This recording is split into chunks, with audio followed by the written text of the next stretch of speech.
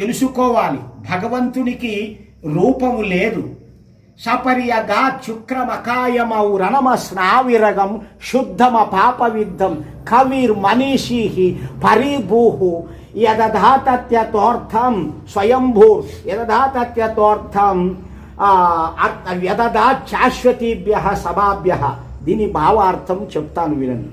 పరమేశ్వరుడు సర్వవ్యాపకుడు, సర్వశక్తిమంతుడు. ఆయన చేతగాని పని ఏది లేదు. తరువాత స్థూల సూక్ష్మ కారణ శరీర రహితుడు.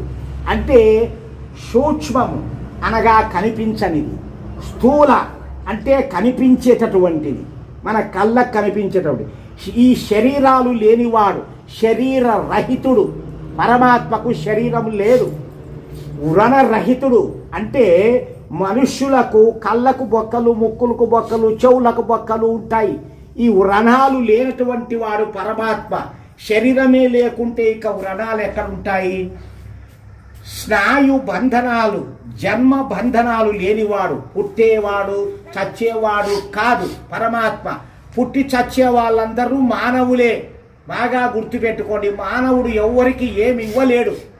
బ్రతికి ఉన్నప్పుడు మంచివాడుగా ఉంటే ఏదైనా ఎవరికైనా సహాయం చేసే గుణం ఉంటే చేస్తాడు అడిగితే.